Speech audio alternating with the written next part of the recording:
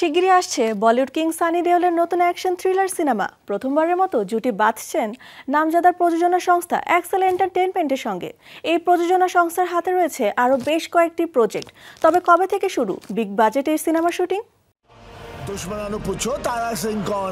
চলতি বছর গাদ্দার 2 ও জাতের মতো ব্লকবাস্টার সিনেমা দিয়ে ফিরে এসে ভক্তদের খুশি করেছেন বলিউডের অ্যাকশন কিং সানি দেওল, যেগুলো দারুণ সাড়া পেয়েছে দর্শকদের কাছ থেকে। এখন এই অভিনেতার হাতে রয়েছে বিগ বাজেটের অনেক সিনেমা। ইতোমধ্যেই শেষ হয়েছে একাধিক সিনেমার শুটিং, দ্রুতই প্রেক্ষাগৃহে মুক্তি পাবে সেগুলো। সম্প্রতি প্রকাশ্যে এসেছে অভিনেতাকে নিয়ে নতুন এক সংবাদ।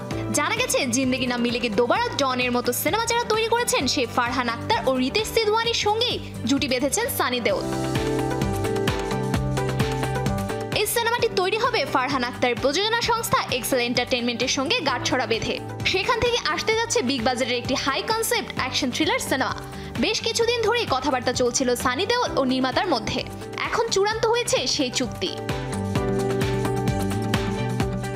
প্রযোজনা সংস্থা থেকে আগামী 2 বছরে আসবে আরো কয়েকটি বিগ বাজেট সিনেমা, যার মধ্যে মুক্তির অপেক্ষায় রয়েছে 120 বাহাদুর, মির্জাপুর দ্য মুভি ও বহুল প্রতীক্ষিত ডন 3।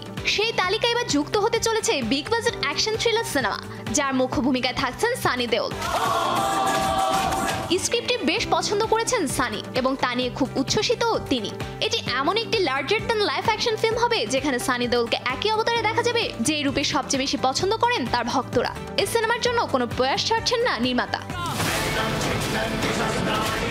এতে রোমাঞ্চ, নাটকীয়তা এবং আবেগ সবই হতে চলেছে প্রচুর পরিমাণে। সিনেমাটি পরিচালনা করবেন বালাজি। এটি হবে তার জন্য প্রথম নির্দেশনামূলক প্রকল্প।